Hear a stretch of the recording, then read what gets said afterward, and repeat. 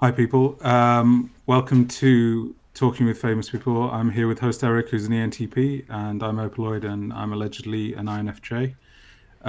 Today, we want to go through an idea that Eric has had linked to cognitive functions and being critiqued by other people, and how one may respond to it based upon which cognitive function is under attack, in effect.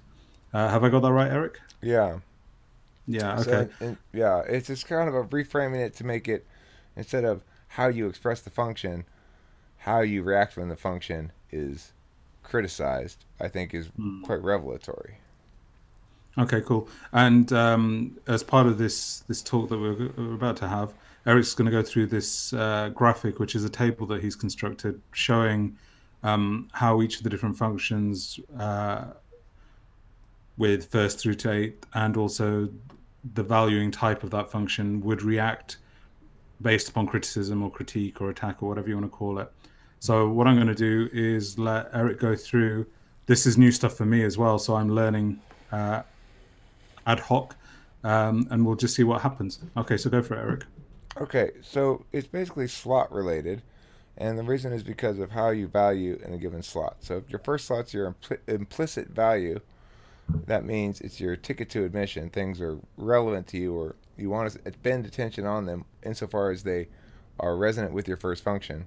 So when Mm-hmm. somebody's critiquing you on your first function, you're going to disregard that because basically you're so naturally accomplished at that by your own understanding, or it's so natural to you that it wouldn't make even any sense for somebody to critique you on it. Like Right. it wouldn't make sense for somebody to critique me on my NE. They might critique me on some particular product of my NE, Mm. but they wouldn't try to talk to me about the process really, because it's pretty Right. obvious that it's very intuitive for me. Uh, Mm-hmm.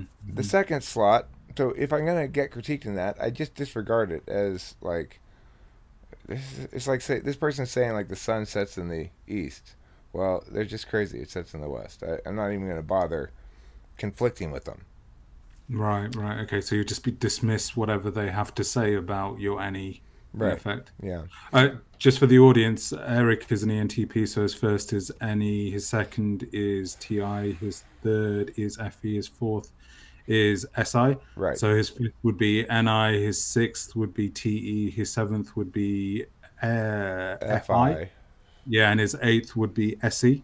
Correct. Just so people know as we go through, Eric, um, Okay. how So how he's then in relaying. this in the second slot, that's the instrumental function. That's my tool function. I feel very strong at TI, but I'm not above being corrected at it. It's like if I do fall short, I'm going to recognize the validity of the critique. I'm going to feel Mhm. somewhat chagrined, like that's supposed to be my strength, but I'll accept the critique and say like, yeah, okay, I was being illogical, you know. Right. Okay. Okay. And I might learn a little something in that area, but generally speaking, the development of my TI is going to be purely via practice. It's not going to be gleaning information from external sources a whole lot. Now, it does Mm. help to learn conditional logic and argumentation and stuff and sort of formalize it, but it's kind of like being a good musician and playing by ear versus playing by music. You don't really need to learn how to play sheet music to be a good musician. Mm. Uh, Okay. in the third slot, though, that's where you're really going to actually learn something from critique. So I'm looking for ways to do FE better. When people critique Mm. me on my FE and they say, the problem here, Eric, is those people don't like you now, or something, or some equivalent of that, then I'm going to say, okay, well, I need to do this differently in the future. Let me see what they're saying and try to learn from it. I don't necessarily want to be helped in that. It's kind of my toddler function where I go, I can do it myself, but Mm. I'm still willing and able to learn from others in that regard. It's an Mm. area where it's my absolute value. So if I'm failing to attain there, then I'm happy to accept useful critique because it's just telling me how to use my tool function better to attain my absolute value. Mm. Now, in the fourth function, which for me is SI, hi Kimberly, that's my seeking function, which means if somebody attacks me on my SI, I'm likely to surrender. I'm likely to accept a self concept that views myself as bad at that or needing help in that. And I will, Mm. in fact, Socionics says, and I agree, that I will accept basically infinite help in that without any resentment. It's not my toddler function, it's my infant function in that regard. Instead Yeah. of saying I can do it myself, it's saying you do it for me. Hmm. Hmm. So that's the conscious stack. Mm. Do you want to pause before we go to the back end of the stack, or do we want to just proceed forward? What I thought would be useful is to just, for people who aren't familiar with this model, could you just explicate what implicit instrumental absolute seeking means? Okay, so people have different ways of valuing things. An implicit value simply says that in order for me to be talking about it at all, spending my attention doing that thing, it's got to resonate with my dominant function in some way. So the Mm. reason I'm doing this instead of riding a mountain bike down a single track trail or something is because I'm an NE dom, not an SE dom. And what I Mm. do by default is ideate. So what I'm going to be spending my time, my free time doing is stuff that's consistent or resonant with my implicit value. That is the ability to ideate, the ability to come up with new ideas and to favor novelty and have that work in this capacity in some sense. It doesn't have to be Mm. all about NE, but it needs to be a place where NE can comfortably swim around it, the right kind of water, you know? Mm. And the implicit quality is that it's the water, as you say, and it's just taken for granted that it's going to be there, and you will be interested because it's there. Right. And You if, don't. if, if you're really unlucky, you'll get tracked into a life track where it's very inconsistent with your dominant function, in which case you're going to be pretty miserable most of the time. Mm. Mm. Okay. So instrumental and the value type there, it's only valued as much as it can be used in support of Of your one implicit and or your first three. function. Of three primarily is your absolute value, but of one as well. So TI is great fun when it's used in novel ways. It's not Mm. fun in and of itself for me. And it's not valued really in and of itself. You could be logically right, but if you're boring me, then TFB. Right. Okay. The absolute then, So the moving on. absolute value is what you actually are trying to attain in life, and that's going to be your third function. So that's where you actually accept criticism because you know you're not as good at it as you are at, say, your second function, and you know you're not as natural to it as you are with your first function. But you know it's Mm. very important to you, and eventually, if you metacognate about it, you may explicitly or sort of uh, implicitly value this thing as an absolute value. You may actively deny it. I know a lot of ENTPs will spend a lot of time in their youth saying, "I don't care what other people think," Hmm. because that's just where they are. But the thing is, it's still their absolute value, uh, and when they come to terms with that or find a way to attain that that's consistent with existing social mores that they may have internalized. I mean, a lot of people have internalized the notion that you shouldn't care what other people think. That that's Hmm. some sort of general rule of goodness or something. But it's complete bullshit. FI users shouldn't care what other people think. FE Hmm. users do by definition. So, Hmm. when you get help on that, it's saying to you, it's saying here's how you can make your instrumental value more instrumental to the absolute value, and so that's where you're going to learn a lot from. And then as far as the seeking value, it just means you value it, but you don't value it in yourself. You value somebody else providing it for you. Hmm. Hmm. Okay. I've got a couple of questions which might be better suited after we've gone through all of it, but I'll ask now, and then if now is not the right time, I'll ask again later. Uh, I'm curious about guilt and shame. So, in accordance with this table, where would guilt fall into it, and where would shame fall into it? Well, I guess the answer there is you're going to feel a little bit of embarrassment or chagrin. I think shame would be too strong if you're Mm. corrected successfully in your tool function. But Mm. other than that, it doesn't fall in the conscious stack. You'll feel a little ashamed if you're pressed continually to provide your own fourth slot function. Hmm. You'll feel like not capable of meeting the challenge, and you just wish that you didn't have to do that. You won't feel Mm. like you're going to compete at it at all. You're going to be like, I hate this game. I suck at this game. Can you guys just do it for me? Yeah, yeah, I get you. And the other third thing that's come to me is about self-criticism. Do you think that fits in the fifth through to eight, or is it? Yeah, that's in the fifth through eight. So let's go through the fifth through eight. So fifth is the ignoring value, which means what happens with us all the time. You bring back some sort of central uh, theme or visual or something, and Mm, then I kind of ignore it and move on to some other riff, right? They don't run afoul of each other very much because they complement each other.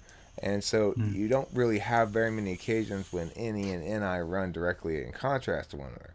One knows when to act, one acts metaphysically to provide more information for NI to know again when to act physically.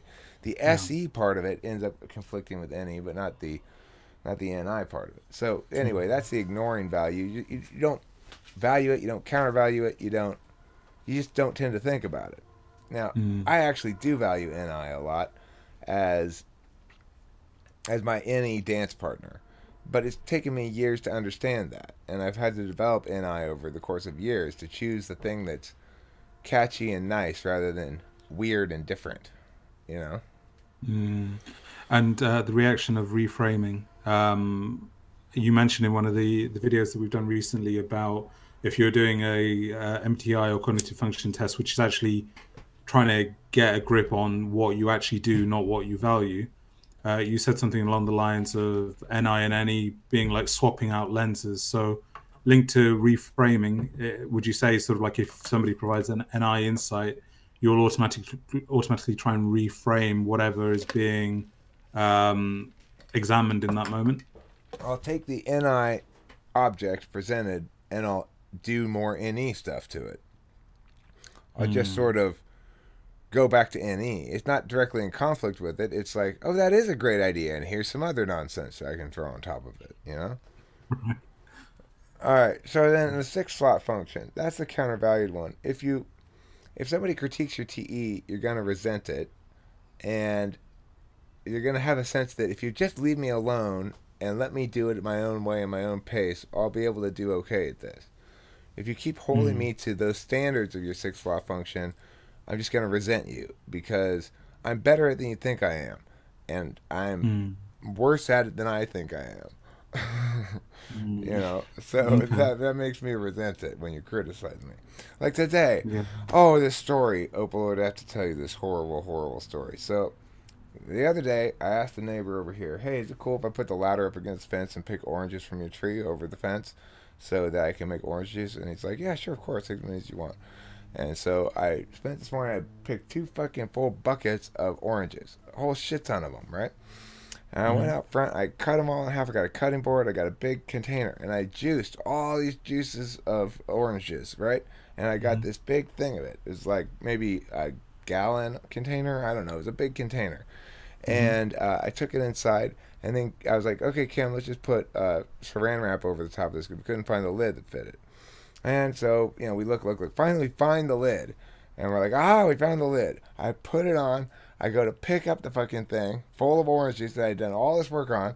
But I tried to pick it up from the lid instead of the handle. And it Oh spilled. The whole shit. goddamn thing spilled all over the kitchen counter. That's fucked up. I can imagine it. Not good at all. Not good scenario. So you were fucked off, yeah? Well, the thing To is, say I the was least. just like, of course that happened. And Kim was just like, but we just kind of laugh, right? Because it's my countervalued function, TE. Hmm. That is awful fucking TE to do all that work and then spill all of the shit you just got, right? Out of all the work. Hmm. It's awful TE. But Kim has polar TE, so she's just like, of course that happens. That kind of shit always happens to us. And then we just kind of Hmm. laughed about it. I walked away. I said, I can't even clean that up. And she's just like, okay, I'll clean it up. You know? So I don't want Yeah, to be yeah. attacked on that. I know I fucked up when I poured the orange juice all over the counter accidentally. I know that. I don't need you to tell me, right? I'm going to resent that critique. Yeah, Uh, yeah, I get it. and then quickly to finish that, seventh blind spot, it'll cause confusion. I've got a good example with Taylor, who also he's an ESTP, he's got FI in the seventh slot as well. And one time we were having a big argument, and I said at one point, well, because, you know, that hurt my feelings a lot. And he just completely fell apart. He didn't know what to do about it. He's just like, can we talk later? And I'm like, yeah, let's talk later. Because my polar too. Mm, But mm. it totally hijacked and ran into the ground the whole argument when I said, well, basically because you hurt my feelings. Neither of us knew what to do with it at that point. Yeah, yeah, I get you. So, Taylor ESTP, his blind Also, spot is FI. FE? FI. So, FI in both of you. Oh, yeah, yeah, right, okay. right. Yes, And then the yeah, eighth slot one is insecure. So if you attack my SE, I'm gonna attack back, but I'm also gonna internalize and feel bad about myself and try harder in that next time. mm-hmm. So if you want to hurt somebody's feelings for reals, attack them in their eighth slot. If you want to get them to surrender, attack them in their fourth slot. If you want to actually help them learn, attack them in their third slot, or maybe Mm-hmm. their second. If you want to make no headway at all, attack them in their first or fifth. Mm-hmm. And if you want to make them hate you, attack them in their sixth. Right, fair enough. So, do you use this frequently then in your analysis of others and then your attacks on them? No, I just came up with it today in the parking Okay, lot at okay, Aldi. cool. I was just thinking about when Kim was getting tune up for the cats. So what do you think? Do you think that seems intuitively about right? Yeah, it seems to fit as I'm going through, as I'm listening, as I'm looking at it. It does seem to all fit. I mean, I've not come across this model before, so it's completely new to me. Um, and I'm just like processing it, and I'm thinking sort of like I'm actually thinking about myself. Actually, I'm self-referencing and thinking, "Oh, do I actually do that? Do I actually do that?" And by and large, I think, yeah, I do those things. I'd be curious as to what the viewers actually think, and if they've noticed this pattern in themselves when they feel like they're being criticized, and what they're being criticized But about. see, Opaloid, you need Uh, to provide more personal links to your own experience, okay? I want you to think. Come on, think about it more. You're not doing a good enough job of linking your personal experience. So I'm attacking your eighth slot right now. yeah, I'm like, what the, go fuck yourself, Harry. That's what I'm thinking. I'm thinking on public in a public camera. I mean, public video, not a chance.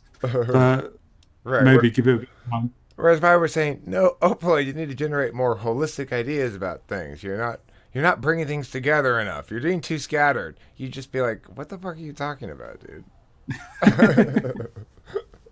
Well, I tell you what's interesting. Bringing in some personal stuff then. Somebody Voltology typed me as an ISTJ, and I'd be interested actually whether the audience think I'm an ISTJ, having put some videos out there with you. Uh, No sane person does. yeah, well, yeah, okay. So me as an ISTJ, that would be an attack on my first. So me disregarding or whatever, but it would also be an attack on my seventh, is it? No, eighth, isn't it? SI would be my eighth if I'm an INFJ. If you're an INFJ, SI is your eighth. That's why I said that, was just to exemplify attacking your eighth, your insecure slot, right? Yeah, so I'm curious, how would if somebody was to say to me as an INFJ, and if I am genuinely one, I'm not sure, but if I am genuinely one, and somebody's to come along and say, yeah, you're actually an ISTJ, how would I react to that in accordance with your table? Well, I think you'd probably just ask questions because it would run afoul of your absolute value, but it wouldn't attack it. It would say because you've been so careful about putting your disclaimers in, your TI is protected. That's all TI protection, right? Hmm. Because it is the thing where we want to do it ourselves. We will learn when corrected, but we'd prefer not to be corrected, obviously. Yeah. So I think Right. that disclaimer is TI protection. It's saying if you do find a way to critique my self-identification as INFJ and prove that it's not logically consistent enough, well, I can fall back on my disclaimer. I just said allegedly. Yeah, that's interesting. Whereas I've not really thought about it in that way. It does make sense what you're saying, but for me, it's because I don't feel that strong sense of it, and that would actually tie with where SI and FI is, and also the voltology typing actually took me off guard to a certain extent. Um, But I wonder, and this is being a bit contentious. You say that sort of like the first will simply disregard. I wonder if it will. I wonder if there is a way of actually creating more of a reaction towards the first. So, for example, if I was to come along to you, Eric, and get you to NI to death, would you, or SI to death, will you then revolt against that? And your any revolt against that in some capacity, which is more than just a disregarding? Well, if you try to get me to SI a bunch, in other words, basically you're telling me, whether you're encouraging me or whatever form you're doing, you're critiquing me by saying you're not SIing enough. Then I'll surrender. I'll concede that I'm bad at that. I'll just say like, but if you keep trying to bring things back to NI, it doesn't matter. Mm, It doesn't hurt my NE at all. It's just some new thing. I'll just kick whatever was 5 seconds ago and just launch off of the new thing. So it's never going to mm, run afoul of it. If you try to critique my NE by saying like, well, you're just coming up with too many ideas or something, I'll just dismiss you as dumb or something, you know? Like, mm. coming up with too many ideas, what are you talking about? That's how things get accomplished. Or that's how things continue to not get accomplished. What we're doing right now, you know? Yeah, yeah, Whatever it is, you're crazy to talk. If you think that, then you're not even in the right stadium. You're not in the right stadium with me. You fail to meet my implicit value.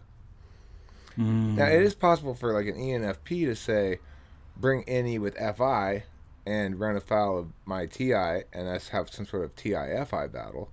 That's for sure. But neither party's going to give any ground there. Neither party's going to feel like they learned anything, really. TI might learn a little bit more than FI. But, yeah, we're just going to be like, you're valuing the wrong thing. And he's going to be like, no, you're valuing the wrong thing. And that's it.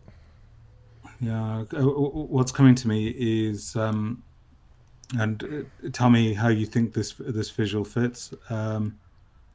So I'm thinking in terms of gravity, in a weird way, but it's not really gravity. But let me just explain. So your first process, it's as though there's a firmness. You're like tightly to the ground with it. So you're there.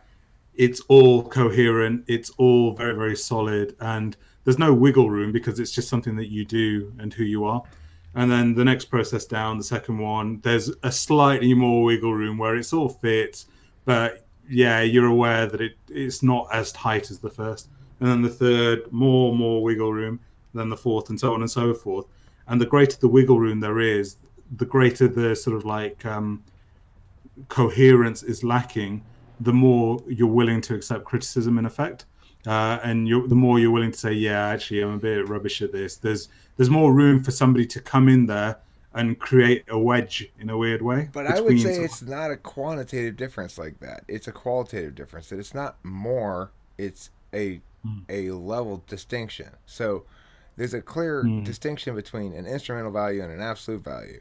And mm, the second one, the second function, I was thinking when you were talking about this that it's like, okay, any TI versus any FI.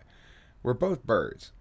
Neither of us wants some other bird to come up and say, okay, so air is the stuff that goes underneath your wings, and when you flap your wings, you're going to go up.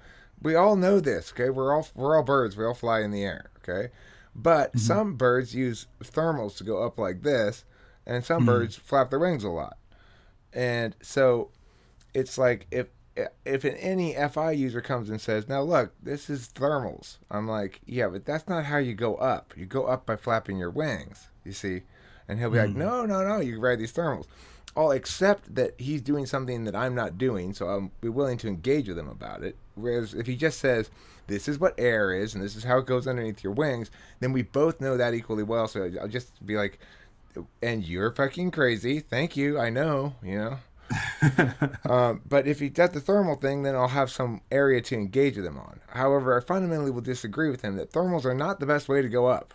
I'm never going to get past that. That the best way to make decisions is not your feelings because it's so inherently so in me that while mm. I may metacognate into greater tolerance, greater incorporation of multiplicity of perspective into my own perspective, I'm never going to actually think that that's a good way to make decisions. Mm, mm. Yeah, I get that. I'm wondering also, and I don't know where this fits in your table, but self invalidation or self-negation, where do you think that would fit in? That's the eighth slot. If you get attacked on your eighth slot, you'll get issues. Like, I was bullied some as a kid, and I was bullied in SE kind of ways, about SE kind of stuff. You know, when I was a kid, if you weren't into sports and weren't a good sports player as a boy, you were socially, you were persona non grata in some capacity.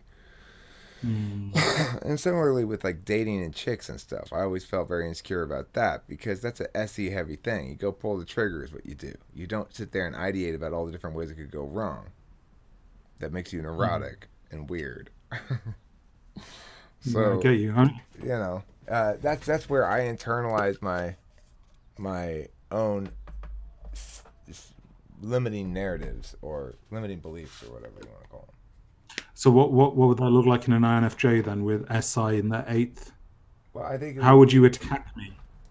I mean, it would be something like, you need to bring your own personal. You need to provide a lot of personal experience here to make this stuff meaningful to these other people in some way. Like, you've got to do a lecture in which you can't talk about broad universals. You've got to always link it back to your own actual personal experiences. And somebody sitting up there and being like, Opaloid, stop talking about pyramids. Start talking about what you had for breakfast. Come on. You're fucking this up badly. And then they start peppering you with a bunch of specific questions about your past. Like, well, what exactly did he say? And you're like, well, he meant this. And you're like, but what exactly did he say? And what was he wearing? And blah, blah, blah, blah, blah. And tell me more about your personal experience. It could also be like, if somebody were really on your ass about brush your teeth, take a shower, put on a sweatshirt all the time, you'd be like, shut the fuck up. You need to shut the fuck up. I can take care of myself. I do not want you telling me that shit. As opposed to me, where I'm like, oh, thanks, Kim. I greatly appreciate it. Yeah, I will brush my teeth. I don't always do it. I don't always do what she says, but that's the other way her SI works with her FE is she'll say it, and if I don't do it, she won't say anything else. She won't be like, come on, Eric, go do it, you know? Yeah, no, I get you. I don't know where this fits in your table, but it links to what you just said about SI. I find SI stuff very, very painful. By that, I mean having a routine, having a rhythm, trying to maintain something. And I don't know if this is shared by other intuitives or other INFJs, and the disclaimers out there if I am one, etc., etc. But I find sort of like just the process of having to wake up in the morning and then brush my teeth or wash my face or go to the loo, or have food, and this notion of having to sort of like keep something ticking along irks me, and it's as though sort of like there's this sense of emptiness that comes with the notion of like, all right, I'm going to get up in the morning, I'm going to do X, Y, and Z through the day, and then I'm going to go to sleep. And there's a necessity to that. That's what really pisses me off. It's like somebody is taking away my autonomy. Like, maybe I don't want to go to the toilet, or maybe I don't want to brush my teeth, or whatever it might be. Is that a good example of what you're describing? Yeah, absolutely. And it correlates exactly with my own distaste for having to have effects. I would love to just sit here and talk about things all the time and not have to actually do anything. You know, one of the reasons why YouTube is so perfectly conducive for me is the amount of SE required is a little bit of SE for a lot of NE. You put a lot of NE up with a little bit of SE. Yeah. I get it. But you know, the linking to your table and pain. So you SE in your eighth, do you experience it in a painful way? I don't mean necessarily physical, or it could be psychological, or it could be emotional. But I do. It's not exactly painful. It's exertionary. So it's like when it comes time to do the tags, I'm like, okay, I got to do this tag thing here. Okay, everybody just chill out for a second. I make those little sounds when I'm doing it.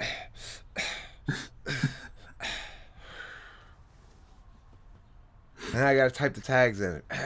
Then I got to push this. I hate that part because I already know what it is already, right? There's no novelty to it. It doesn't pass my implicit frame. It's do the thing that you do when you upload videos. write the tags in and blah blah blah and blah blah blah. I already know what it is. It's already decided.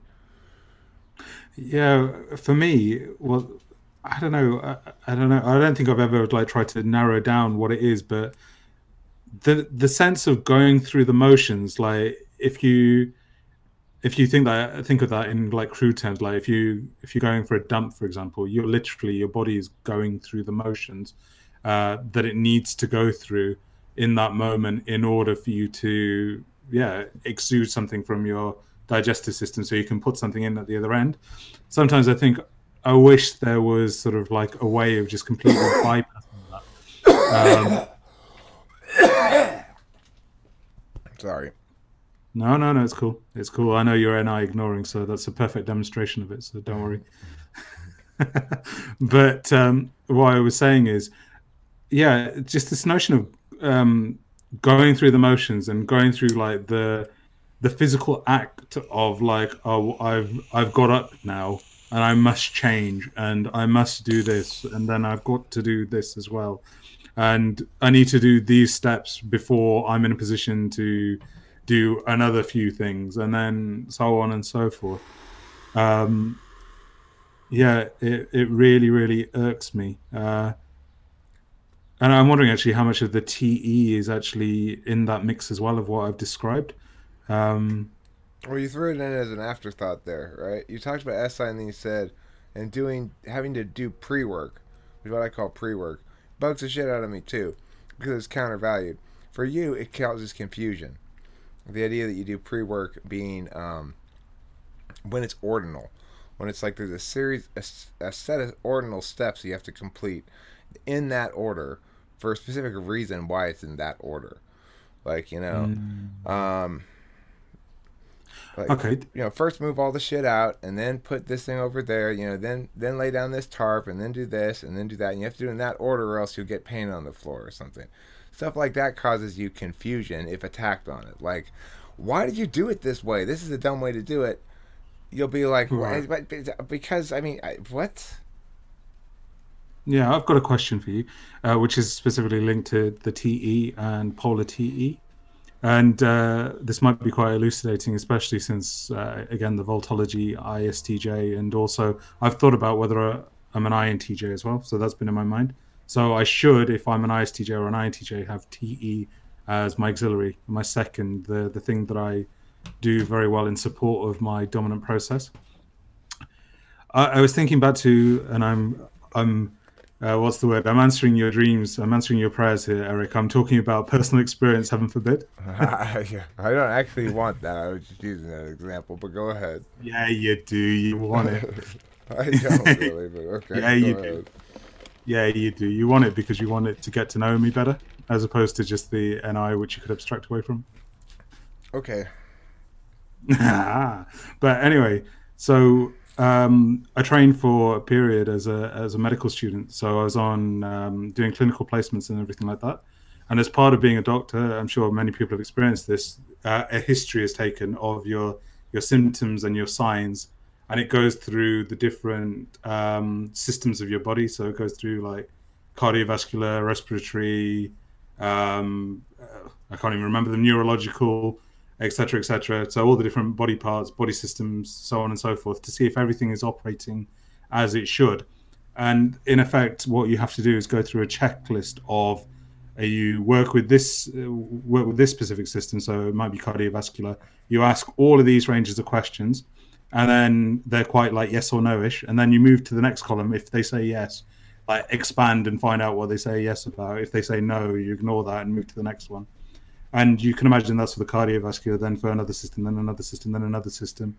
There's a set key protocol or procedure of how you have to do this. And that's how you take a good history. And for the life of me, I mean, I consider myself to be fairly intelligent, but for the life of me, I always kept on falling down when it came to doing a history taking exercise off the patient. It was a real struggle. And what I noticed was, and I don't know if this demonstrates NE or if it demonstrates NI or maybe something else, and maybe you can tell me, but I always found that I would sort of just follow where my intuition would take me. So if the person was presenting with like an eye problem, I'd focus there for a little while, and then something would pop into my head the next second, and I'd be like, "Oh, have you been watching more of like something or something, something, blah blah blah blah?" And I'd basically be slowly constructing a schema or a gestalt or a whole based upon like little bits of information, but in a non-ordered way. So it would be like, I'll ask about that. I've got that piece of information that fits here. I'll ask about that. That fits together here, and so on and so forth. And to the people who were teaching me at the time, I was a laughing stock because they were like, "Yeah, what is wrong with this person that he can't actually just go through this simple, very mechanical checklist of this, yes, no. If yes, no, go to here, ask this, and then sort of like it's very procedural, reductive, but also sort of like you're compiling the yeses and nos and the symptomologies and signs into something, and sharing even more personal experience. I remember having a clinical examination, which is it's called an OSCEs, which I can't remember what it stands for.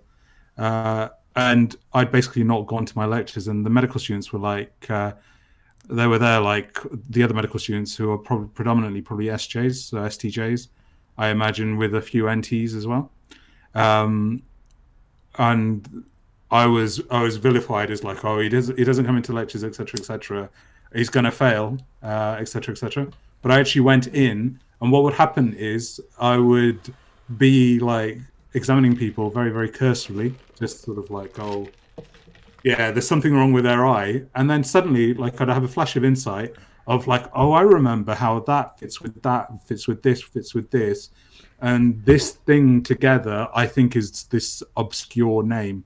And I would just spit out a name, but actually not know if it fits properly, but just make that intuitive leap. And lo and behold, it did. And lo and behold, I ended up coming out with like a moderately good grade, and better than some of the people that had actually revised using this procedural, you must know, to get to that point. Everything I've just relayed, does that fit with Polar TE, would you say? Absolutely.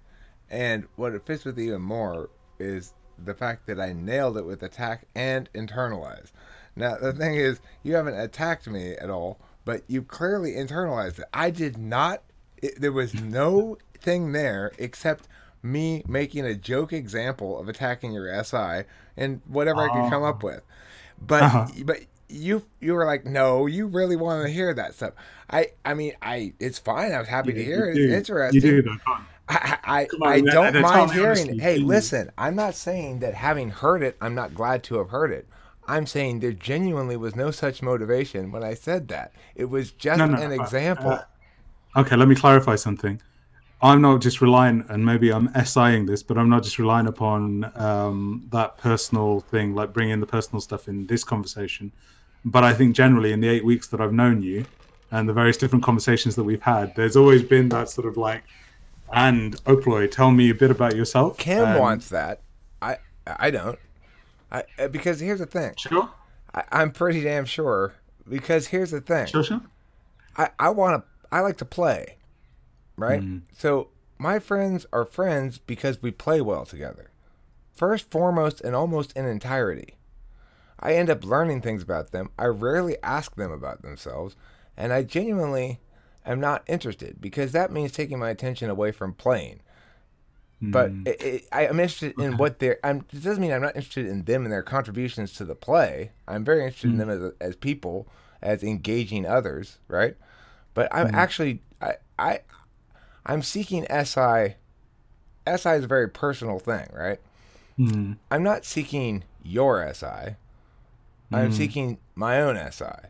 So I don't really care about your backstory. It's very interesting. I'm glad to hear that. Now that I've heard it, I'm glad you included it. It made the whole thing a lot richer. But to the extent that I was seeking to actually get it from you, it was unconscious. Okay, and I want to just say something about that, which is really interesting, and tying it with your table, which is to do with providing material for play. Not for play, but for the play of your dominant function. So if you're SI seeking, I would imagine that having sort of like information about the person allows you to play more fully with them. I can tell you how you help my SI. You bring it back to the point a lot. As I start to unravel, I had to develop a habit of learning to unravel and then bring it back full circle. And I have Mm, plenty of videos in the past where I kind of they make me smile in the way that I recognize at a certain point that I've totally lost what I'm doing, and then I watch myself scramble back, and then at some point I watch myself remember what the point was, and make it go full circle and have it all come together like it was meant to be that way. mm, When I pulled that shit off, I would always feel very like patting myself on the back, like you yeah. couldn't tell probably unless you're me what happened there. I can sort of read it in my I can remember the process when I rewatch it. Mm. I often I tell predict what you, I'm going to say, not because I remember saying it, but because I go to the same intuitive place. yeah, yeah, I get you. I get you. I'm curious, with your eighth function and your SE there, me talking about this SI stuff and stuff that's happened in the past, etc., etc. I'm starting to feel internally like a fuck you, not to you, but a fuck you to sort of like then. I'm like, I've got Rage Against the Machines, fuck you, I won't do what you tell me. Sort of like playing in my head, linked to sort of like ST systems, and linked to like procedures and protocols and ways of operating and stuff like that. Do you have the same thing when it comes to the jocks and the group of jocks and Oh yeah. being accepted? Oh, for sure I do. And one thing that I don't take any sort of criticism well or advice about, when people try to tell me like sex advice or something, I don't want to hear anything about it. I just it's like no, I don't want to hear your advice. I'm the world's biggest stud. Remember, that's what we all agreed Mm, to agree on from now on. So it's it. It's like I'm very sensitive about that. Kimberly and I used to fight about sex a lot because I was very sensitive, and I wanted her. I told her right off the bat, okay, here's your FE job. You need to convince me I'm a big stud, regardless of what you think. mm, And she just was like, no. mm, mm. So I said, eventually we figured it out because it's just it's just a bunch of NE getting in the way of shit, really. NE getting in the way of Mm. SE. SE says, stop thinking about it and just do it. NE goes, no, think about it some more. Let's think some more Mm. about it. And let's think about it with TI. That'll be useless. Yeah, I don't know. I was going to say I don't know what your plans are for the moment, but an avenue that I'd like to take it down, and it's just coming to me, is linked to educational systems and workplaces and intuitives. Do you want to talk about it briefly? Well, let's make a different video for that. Let's end this one. This is a good length.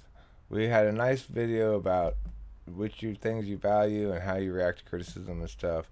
Hopefully, people think it's a good idea. Like, if you don't like it, that's fine too. I'd love to hear your negative critiques on this. And please do like the video with your thumb, though, and also subscribe and go to the store or the Patreon page and be a friendly person of goodness. Yeah, and thanks for listening. Don't forget to eat plenty of cheese.